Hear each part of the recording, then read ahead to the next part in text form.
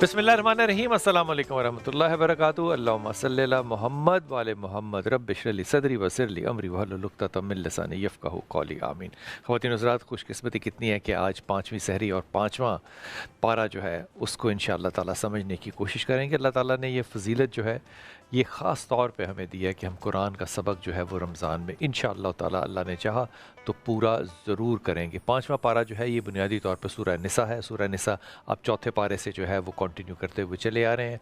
जो बुनियादी और बेसिक एलिमेंट है इस पाँचवें पारे में, ये बुनियादी तौर पे ख़वातीन के हकूक़, हाकमियत, मुनाफ़क़त के बारे में और अदल और इंसाफ़ के बारे में कि अदल कैसे आपने करना है। मिसाल के तौर पे ये जब शुरू होता है तो इसमें अल्लाह ताला ने जो घर का निज़ाम है उसके ऊपर बहुत सी तंबीह फरमाई है कि हाकमियत जो है वो किसकी है। हाकमियत आदमी की है और ये अल्लाह ताला ने कहा है कि और किस तरह से हाकिम है ये भी बताया। और वो इकनॉमिकल और डिसीजन मेकिंग के जो पैटर्न है, मेरे ख्याल में अगर कुरान पढ़ा हो तो शायद फिर हमारे यहाँ 8 मार्च भी ना हो।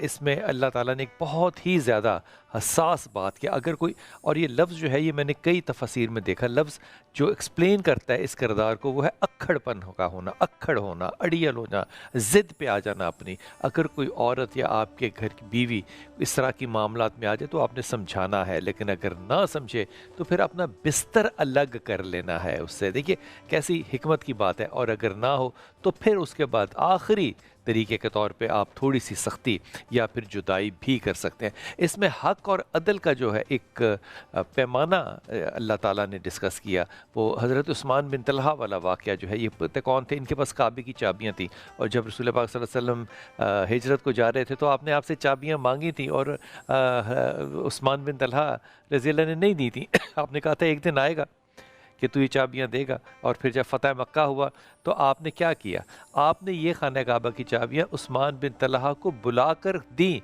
जिसका हक़ हो, जिसको अल्लाह ने इज़्ज़त दी हो, उसी को इज़्ज़त देते हैं। इसकी नफासत ज़रा मैं कहता हूँ सदके जाएँ, अपने कुर्बान जाए नबी पाक के।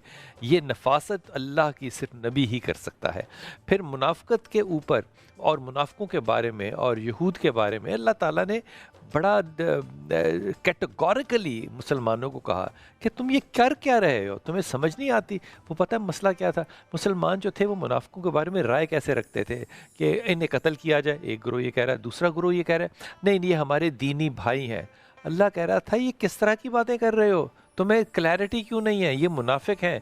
यही गौर कीजिए कि आज की दुनिया के मसाइल भी और आज के हमारे मसाइल मसलकों के अंदर जो हैं वो ऐसे ही हैं कि हम हक़ को हक़ और बातिल को बातिल नहीं कह पाते।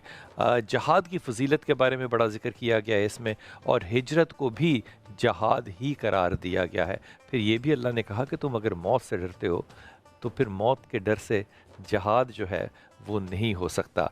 हमज़ा बिन कैस का ज़िक्र है इसमें। हमज़ा बिन कैस वो सहाबी थे जिन्होंने मक्का से सफ़र करने के लिए अपनी औलाद को कहा कि मुझे लेके जाओ। बीमार थे, वो चारपाई पर थे और रास्ते में ही उनका इंतकाल हो गया और अल्लाह ने उनके इस सफ़र को, इस हिजरत को कबूल किया।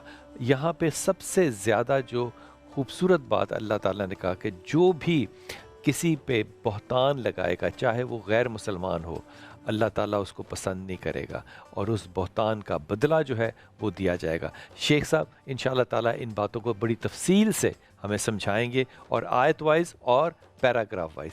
आइए इस्तिफ़ादा करते हैं।